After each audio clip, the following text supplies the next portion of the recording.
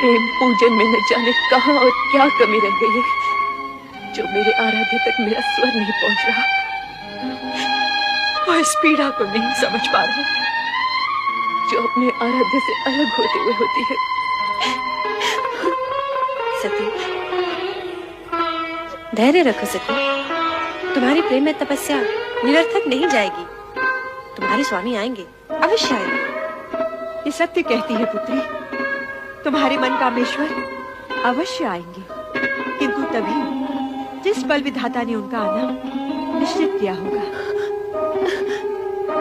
तो फिर मिलन की उस पल की प्रतीक्षा में मैं तब तक यहाँ बैठी रहूंगी जब तक मेरे स्वामी आकर मुझे स्वीकार न कर ले। पुत्री, ये बालोचित हट तुम्हें शोभा नहीं देती। चलो घर चलें। माते, आप तो स्वयं स्त्री हैं, किसी की पत्नी भी है। आप भी मेरी विरह जनित व्याकुलता को नहीं समझ पा रही। समझती हूँ पुत्री, किंतु तेरे पिता का क्रोध मुझे भयभीत कर रहा है। किसी अमंगल की कल्पना मुझे आतंकित कर रही है। ये हर उचित नहीं पुत्री, घर चल। नहीं माते। नारायण नारायण। प्रणाम देवर्षि। मंगल हो देवियों, मंगल हो। देवी सती, आपके लिए देवाधिदेव भोलेनाथ शिवशंकर का एक संदेश है। आपके और उनके विवाह के बीच जो बाधाएं आ रही हैं, उनके लिए नंदाव्रत करना आपके लिए उत्तम रहेगा। नंदाव्रत? हाँ, मन चाह पति पाने की दिशा में नंदाव्रत एक सिद्ध उपाय है।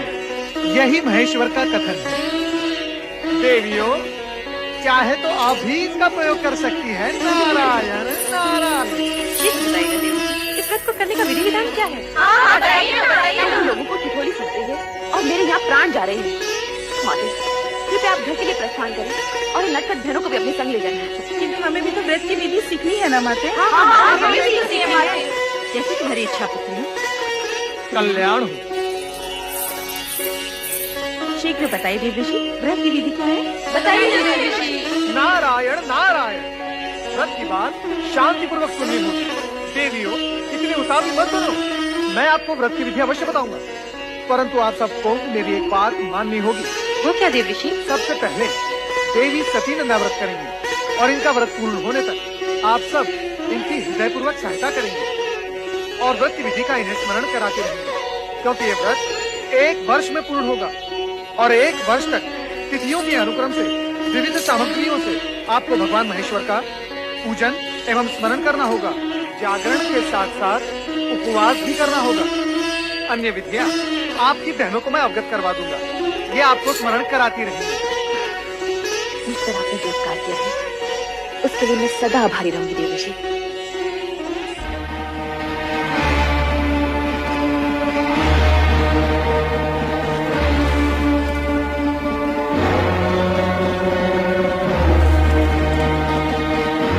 लेखा, लेखा। जी महाराज। तुम्हारी स्वामी कहाँ गई हैं? वो नदी स्नान को गई है महाराज। नदी स्नान? वो भी इस कुबेला में? नहीं, कदाचित वे राजकुमारी सती के साथ हैं। वो तो वहाँ नित्य जाती ही है ना। समझ नहीं आ गई महाराज। ठीक है, तुम जा सकती हो। महारानी, सती कहाँ है? वो अपनी बहनों के साथ संध्या भ्रमण के लिए गई है। संध्या भ्रमण? हाँ। या नदी भ्रमण? हम सभी नदी तट पर थे, मैं, सती और उसकी बहनें। परंतु महारानी, मेरी अन्य पुत्रियां और तुम तो आ गई हो। सती को अकेली कहाँ छोड़ आई? मैं जानता हूँ महारानी कि सती वहाँ क्या कर रही होगी। वो वहाँ शिव नाम के खिलौने बनाकर उनके साथ खेल रही होगी। स्वामी, ऐसी बातें मुख पर न लाइए। शिव के प्रति सती की भावना को खेल न कहिए।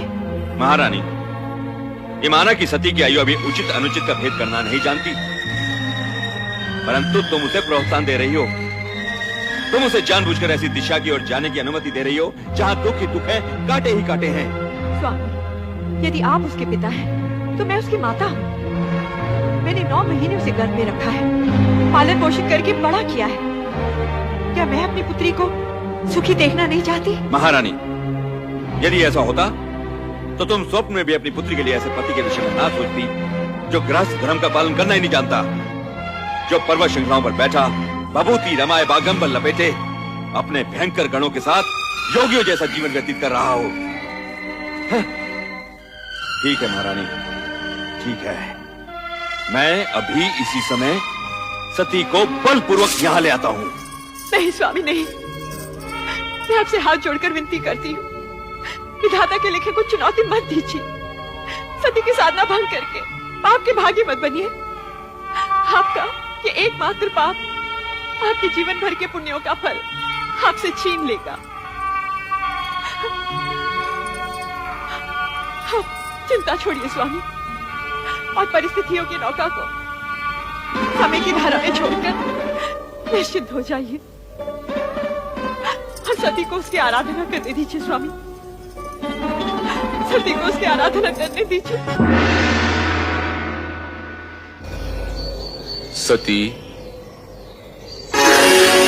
प्रभु,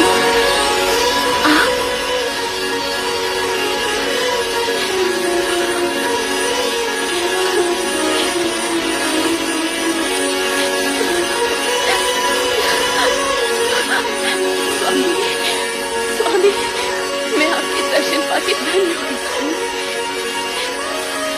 उठो दक्षिणा। समर्पण एवं निष्ठा भाव से किए गए तुम्हारे व्रत से हम प्रसन्न हुए। कहो दक्षिणंदिनी, किस प्रयोजन से तुमने इस कठोर व्रत का पालन किया? कहो अपनी मनोकामना। तुम अभीष्ट वर की अधिकारिणी हो। मुझे अभीष्ट वर प्राप्त होगा ना भगवान? अवश्य होगा। कहो दक्षपुत्री, क्या इच्छा है? हे सर्वज्ञ सर्वव्यापी अंतर्यामी, मेरे मन का संज्ञान से छिपा नहीं। मैंने बाल्यकाल से पति रूप में आप ही की कामना की है। इसके अतिरिक्त और कुछ भी इच्छित नहीं है भगवान। तथास्तु। सती, तुम्हारा और हमारा अभीष्ट भिन्न नहीं है। तुम्हारा अर्धांगिनी रूप ही जगत के लिए कल्याणकारी होगा। मैं धन्य हो गई प्रभु, मैं धन्य हो गई। मेरे अभीष्ट और अपने वरदान की पूर्ति के लिए प्रभु, आप शीघ्र ही मेरे पिताश्री से इस संबंध को निश्चित कर विवाह का आयोजन करें। ऐसा ही होगा प्रिय।